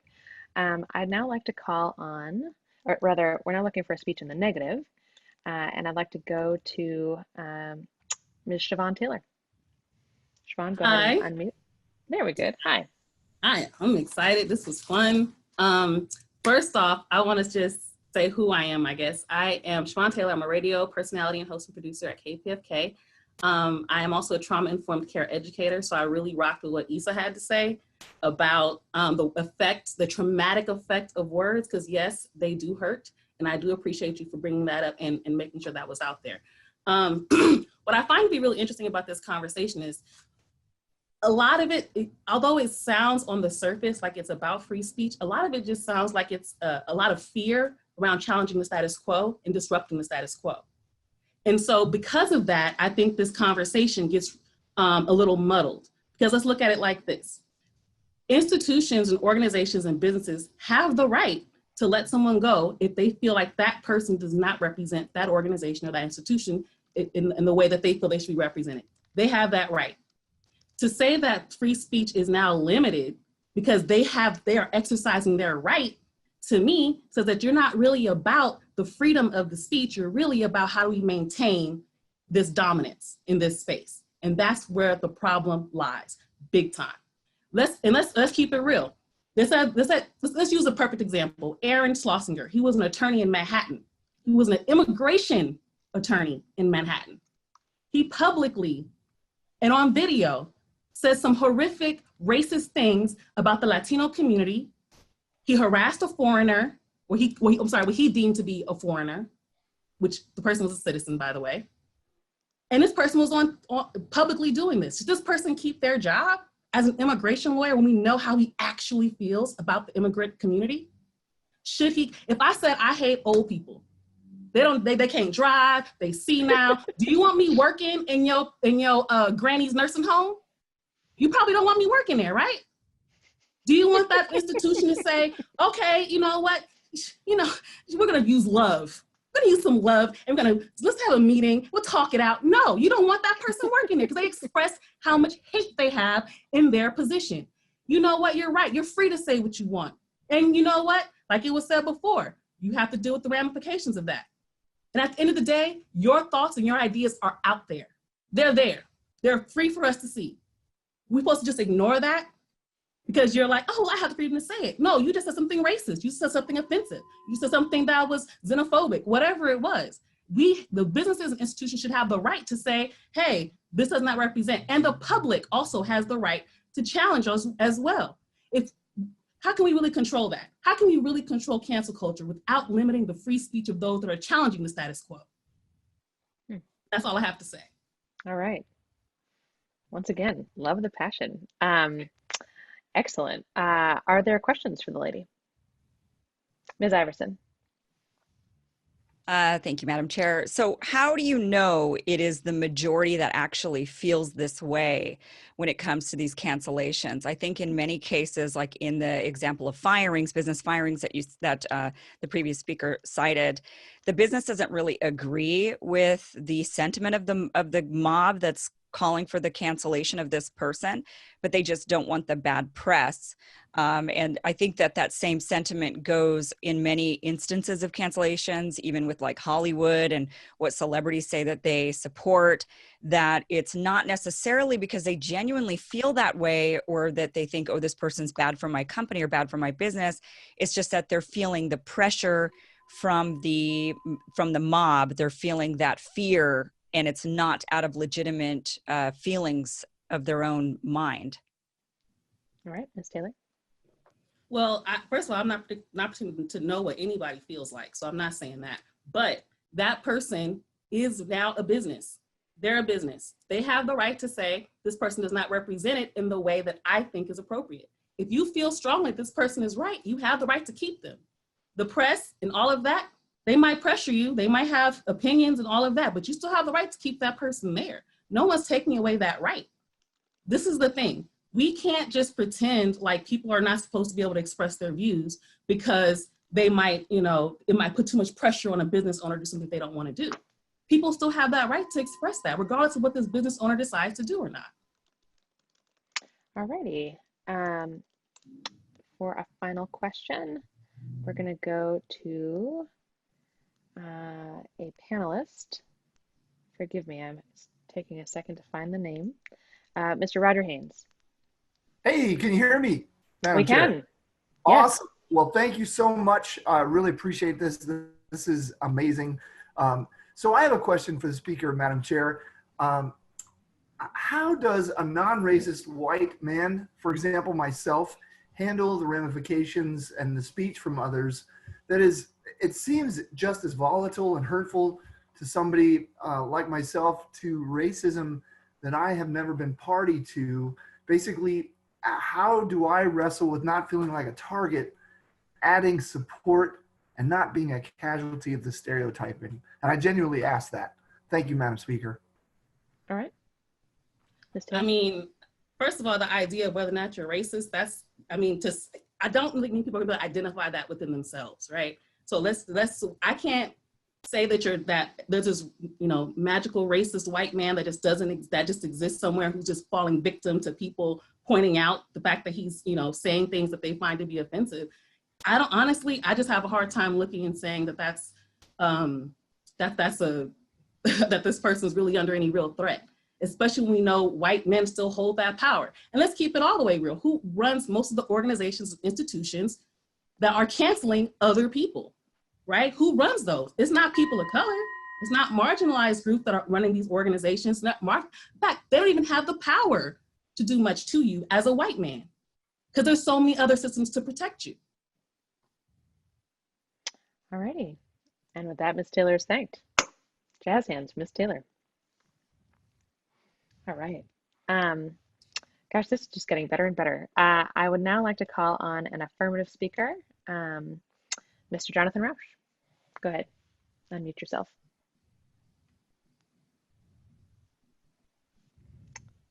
That button's always hard to find when you need it. It's true. I'm just going to set a timer so you don't have to. Say my little bell. All right. Yeah. What an amazing conversation. Thank you all so much. I'm so moved and touched by what Braver Angels is doing. It's just a model for the country. I have less than 3 minutes, and I want to use them to say why I take this debate very, very personally. I am a homosexual American. I was born in 1960.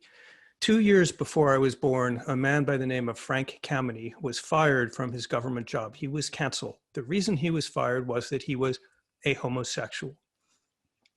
He never held a long-term serious job again. We gay people and lesbian people, my generation, know something about canceling, because the main way that we were oppressed, sure, there were sodomy laws, they were occasionally enforced. The main way we were oppressed was we were fired from our jobs because we were on the wrong side of a social morality that said, you can't say that, you can't do that. This was coerced conformism. And the way they came after us was they said, this person's a homosexual. Now, Mr. Employer, do you want to employ homosexuals?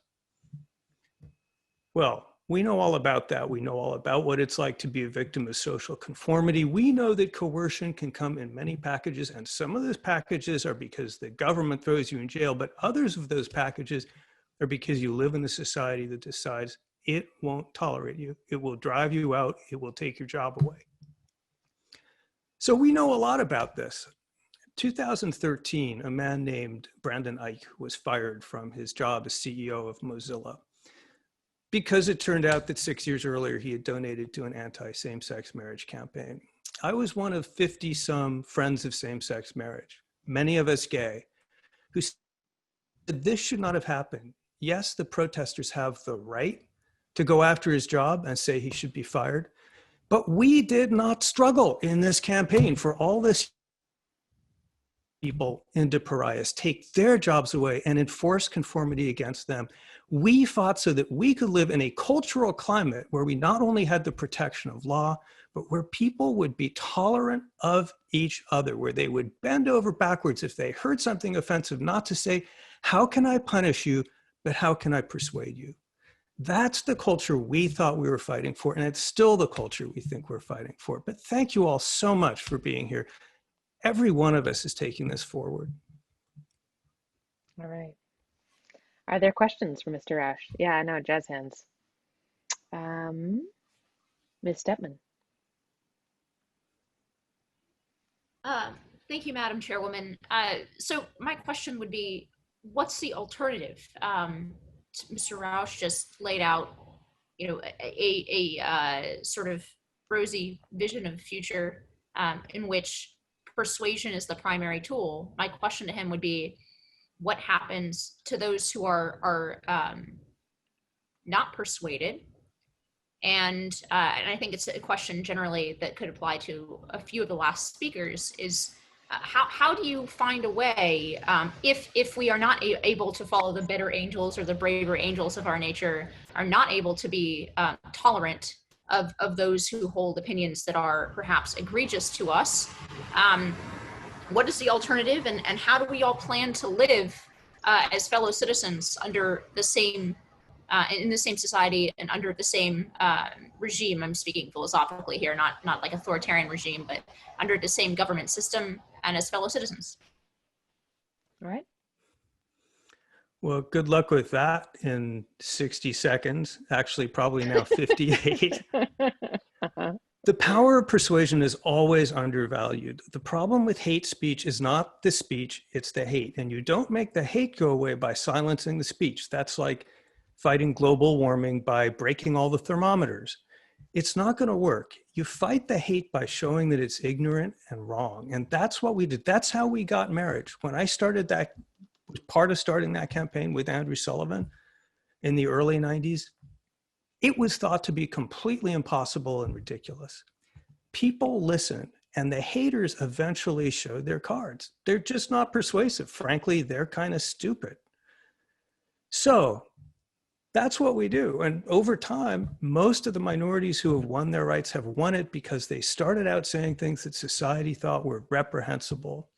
Frederick Douglass said slavery would not survive 5 years if we had true free speech. John Lewis said civil rights movement without free speech would have been a bird without wings. These folks knew what they were talking about. Alrighty, and for another question, we will go to Mr. Mark Rattering. Mark, go ahead and ask your question to me. Thank you, Madam Chair. I'm interested in, well, if I could put forth a dichotomy here. There are some opinions that if someone were to express them loudly and publicly, would legitimately, could, I think, uncontroversially, legitimately make them someone who is nearly unemployable in a company of any size, such as advocating for reinstitution of Jim Crow or something just completely beyond the pale like that. And on the other hand, we have opinions that up until about 5 minutes ago were somewhat mainstream. Skepticism toward gay marriage, for example. And somewhere in between, I assume we need to put forth some principle by which we might regulate the reaction to these. And do you have any thoughts on limiting principles here? Thank you. Right. Mm-hmm. Oh, wonderful question. So a difficulty here for all of us is that criticism and canceling both use words, and they can often look similar. Criticism can and should often be fierce. And if people criticize J.K. Rowling because of what she thinks about trans issues, that is fine. She's a big girl. She can take care of herself. Canceling is something different, though. Canceling is when what you're trying to do is intimidate, to isolate, to punish. When you're organizing social campaigns to de-platform people, that's different from criticizing because it's not aimed at persuading. It's aimed at supplying social pressure to de-platform people, to isolate them. It comes from the world of propaganda. How do you know the difference? Well, you don't always, right? We're going to have to argue about the difference in particular cases, and that's fine. But what's the big principle here, the limiting principle? It's that we want to live, I want to live as a gay person, as an atheist, as a Jew, three of the world's most hated minorities. I want to live in a pluralistic society where we err in the direction of more viewpoints and more opinions and more diversity, not less. So my rule is going to be, if I have a choice between escalating up to outrage and escalating down to annoyance, or even maybe having a sense of humor about it or having a thicker skin, that's what I'm going to try to do. And if lots of us do that, actually a lot of the haters are going to find they're not getting the attention that gives them the oxygen in the first place. Alrighty, and with that, Mr. Rauch is thanked. Jazz hands for our former Braver Angels board member. Alrighty, and for the last speech of the night, and I just want to warn you all, we're going to go just a hair over. This has been so interesting that I didn't want to take away questions or speeches. So probably, I don't know, maybe 10 or 15 minutes past the hour, and then I promise I'll let you all go to bed or eat dinner if you're on the West Coast. So for our last speech of the night, I'd like to go to Mr. Sarfo, who I believe is the only college student on this panel. All right, Mr. Sarfo. Thank you, Madam Chair. I'm a university student from George Washington University, and it's an honor to represent it. Imagine that you're a black man going out for a run, and midway through, someone yells the N-word and then drives away. It seems unrealistic, but it happened to me in the summer of 2016. What did that driver accomplish by saying that? If I were to ask the driver, he would have likely called me too sensitive, as was the case with many instances of racial discrimination that I had to confront. Sensitivity wasn't the problem, intolerance was. Too often, that is the case with those who are targets of cancel culture. I want to argue that cancel culture comes from a place of intolerance for intolerance. Cancel culture refers to the online practice of withdrawing support from public figures or companies after they've expressed offensive views. Cancellation has a trend as it attacks those who target marginalized groups. Shane Gillis in 2019 was canceled for insensitive remarks on the LGBTQ community, Chinese Americans, and women. Jeffree Star has been canceled for referring to people as lipstick Nazis and calling a black woman a gorilla. These aren't examples of silencing free speech, but criticisms of overtly bigoted behavior. To solidify my case, I will discuss the more nuanced arguments against cancel culture and make a case for its necessity. Some say that its shaming tactics do little to educate and sow resentment. While I can see that education is more inclusive than cancellation, it should be noted that exclusion can be the better option. During the Charlottesville riots, U.S. Marine Vasilios Pistolas was recorded yelling, "White Lives Matter and you will not replace us." He bragged about assaulting a trans woman with a Confederate flag. Should we waste energy trying to educate him on his error instead of criticizing him? Assuming that every person is willing to be educated is naive. Trump has made numerous misogynistic and racist comments that have garnered all types of responses from criticism to education. It's 2020 and it seems like we've regressed back to Jim Crow. The final argument that cancel culture doesn't actually accomplish what it sets out to do, excluding discriminatory voices from the conversation, ignores how cancel culture has worked, especially against powerful patriarchal structure. The Me Too movement has removed predatory men like Harvey Weinstein and Kevin Spacey from positions of power, showing how it can be a tool for ensuring accountability from powerful and abusive people. While cancel culture can be overzealous and people cancel for arbitrary reasons, I don't think that justifies its abolition. Since hateful and discriminatory speech are protected under the First Amendment, cancel culture can create accountability. I personally believe that it should be used after education fails, as a last resort. I encourage those who see it as restricting their free speech to take a look at history and see how marginalized groups have been canceled for centuries. Look at Jim Crow. Look at the LGBTQ community. Look at women. These are all instances of people who have been canceled. Now the tables have been turned. Thank you. All right. Are there questions for Mr. Sarfo? We will start with Mr. Bowen. Thank you, Madam Chair. My question for the speaker would be, I refute the point that we're wasting energy when we educate people who have bigoted opinions. My question would be, what is the alternative? When we expel these people from society, we are inadvertently making them into martyrs. What is our alternative to education? Because right now what we're doing is making them rallying points for other hateful people.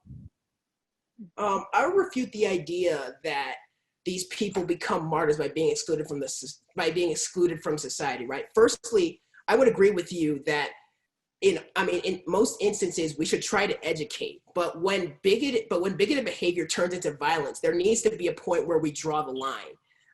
Insofar as like the example that I mentioned, Vasilios Pistolas assaulting a black woman, right? I don't think in that instance, education and kind words are going to reach. That person is too far gone at that point. All right, and for likely a final question, Ms. Karen Newman, go ahead and ask your question to me. Thank you, Madam Speaker, or Madam Chair. I was just curious, I'm a white woman, and I would love to hear the speaker address the issue with systemic racism. As a white person trying to understand this and understand what it means and how does it manifest itself, I have read and listened to different thoughts on this topic. Yet it seems that Black scholars who challenge the notion that we live in a systemically racist society are dismissed and told that they are sellouts or whitewashed or Uncle Toms. So to me, this is cancel culture that is not, as the speaker said, based on intolerance. It's just a cancellation of other ideas that happen to be in disagreement. And I feel like this is especially dangerous because it models cancel culture for the rest of us. And I'm not sure how we're really supposed to be better angels and have thoughtful and productive conversations if this is the way people get treated. All right. Right. So, I mean, of course, it's important to note that I'm still a college student and not an expert on how white people should best navigate race. But the way that I would put this is that it's best to put yourself in a position where you're open to listen to experiences of Black people. And right, the instances of cancellation that you brought up about refuting systemic racism would be canceling that I would also be against as well. I say that cancellation should be used as a last resort, right?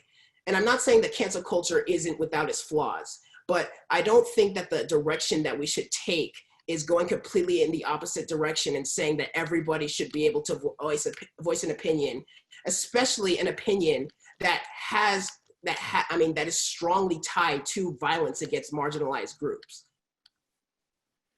All righty. And with that, Mr. Sarfo is thanked. Jazz hands. All right, for our excellent final speaker. All right, Shale, this has been so interesting. We're going to do one more thing, which is just talk a little bit for just a few minutes about what we learned and what we enjoyed here. Before we do that, I want to, I'm a stickler for parliamentary procedure, so I'd like somebody to just say, I move we adjourn, and then somebody else to say a second. You can just unmute and do that. I move we adjourn. Very good. Second. Is there a second? All right, having so moved, we are adjourned. So what we're now going to do is go ahead and think a little bit, and this will only take about 10 minutes, just about what is, reflect on what has just happened. And so we're going to open up the chat again for the second time this evening, and I'd like everyone who wishes to put in the chat answers to the questions, what did you learn and what did you enjoy? And I'd like to invite the panelists to answer this as well. So when you have something to say about that, just go ahead and raise your hand. So the questions again are, what did you learn and what did you enjoy?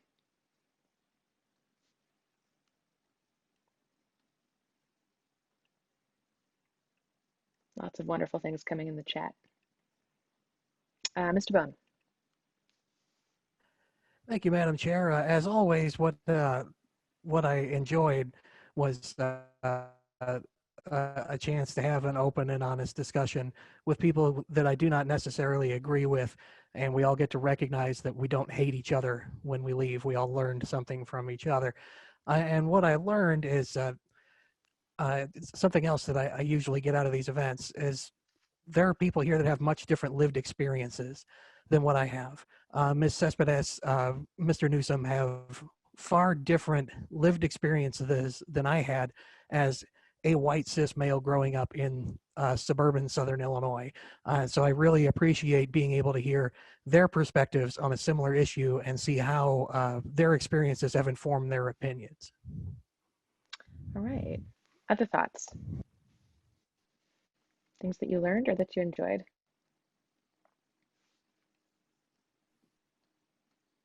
Kian? The lawyer? Totally made you the outcast. Sorry, man.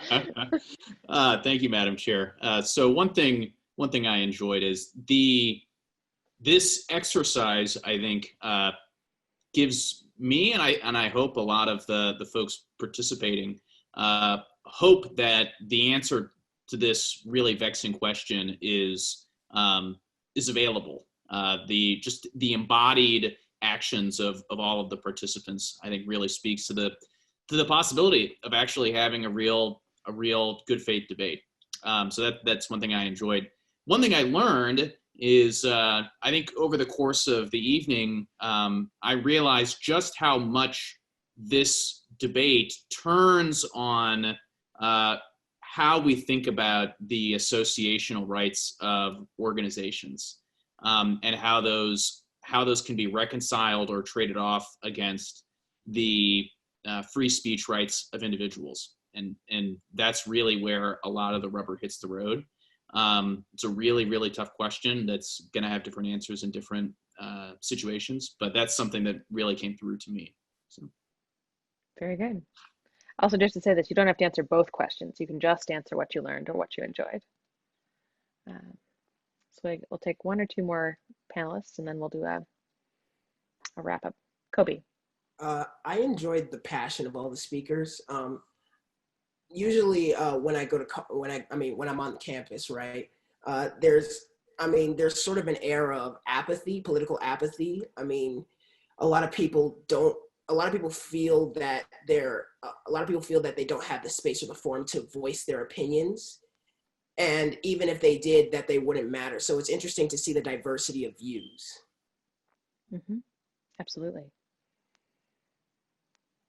And Mr. Wood, I think we're going to come to you last. So before we do that, Leslie, if you would just put up our final poll of the evening. And so this is just, again, to sort of help everybody reflect on what's happened here.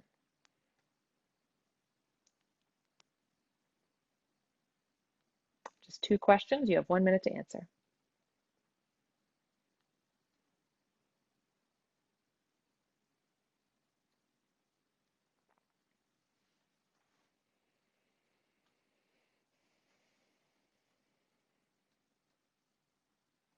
Also, panelists, you're all getting shout outs in the comments. I hope you're reading them.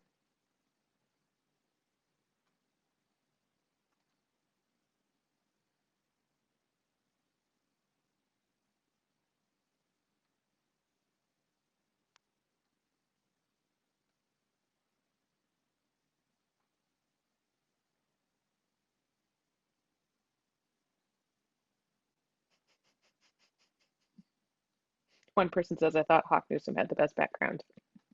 Sorry, Kim.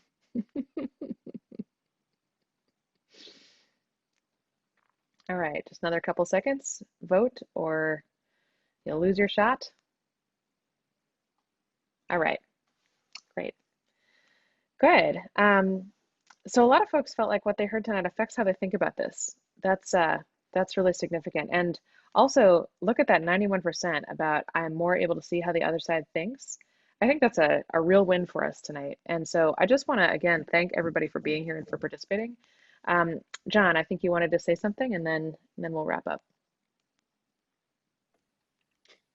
Well, I mean, my closing remarks were just going to be sort of a pitch for what it is that we're doing here tonight, Madam Chair. So if you don't mind laying that out very quickly. Sure, please. Well, then let me just say this. First of all, it's an extraordinary thing to get to hear people speak from the depth of their experience in terms of why we see things the way we do, right? And the thing that I think makes a lot of people feel very hopeless about the United States of America right now is that we know that there is injustice taking place in one direction or another, but we aren't confident in the ability of the American people to actually see what the truth is about a given issue. But to the points that some of the folks here tonight were making, we give ourselves the chance to actually show what is true about a given subject when we show up for the conversation. Now, whether or not people listen to that, that's another question, right? But we give ourselves the chance to actually make that progress when we show up. And that obviously bears on the substance of the issue we're talking about tonight. And so it occurs to me that there's 2 different tracks in which we all have to sort of be mindful. On the one hand, obviously Braver Angels wouldn't be here doing what we were doing if we didn't believe that there's some value in folks having these conversations. On the other hand, I think that we would all tend to look at the reality that says that folks need to be able to employ free speech to advocate for justice in the way that they are moved to, because we have to make space both for coming together as a community as well as advocating for the things that we believe in terms of social and structural and other types of change. And so where do we draw the balance? How do we find the line? It's not necessarily perfectly obvious to everybody or anybody. But the thing that I believe, and the thing that I think a lot of folks realize, is that we can come to a sharper understanding of whatever the justifiable lines to this issue happen to be, or any issue, if we, on the one hand, continue pursuing the things that we believe in, while on the other hand, continuing to make space for the American people to find each other in the actual work of building community. So Dr. King talked about the beloved community, this idea that we could find one another's true light and goodness as human beings by challenging each other with the truth, but doing so from a place of goodwill, not sacrificing passion, but embracing the idea that we need to speak, right? And so the tension between these things is real, but we can work with each other to find the balance in that tension. And so if you support the work that Braver Angels is doing, if you support the idea that says that you do not have to abandon your partisan or political cause in order to be able to find a space where you can educate and communicate with your neighbor, then support what it is that we're doing. Join us as a member. You can find us at braverangels.org. Join a local Braver Angels Alliance and keep doing what it is you are doing. Keep fighting for the political candidate that you believe in. Keep fighting for the policies that you would advocate for. But let us also look inward and try to bring out the best in ourselves so that we can bring out the best in each other. And my hope and my conviction is that we walked a little bit further in that direction here tonight. And so I want to thank Issa and Siobhan and Ken and Hawk and Mr. Rauch and Mr. Sullivan and everybody else who participated and all of you who are listening. We are building a house united. That doesn't mean that we agree, but it does mean that everything we do for the well-being of all Americans. And I hope that everybody is on board with that.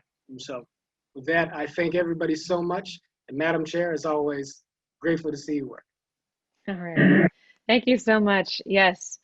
And so for now, until next time, let's get out there and build a house united. Thanks and good night.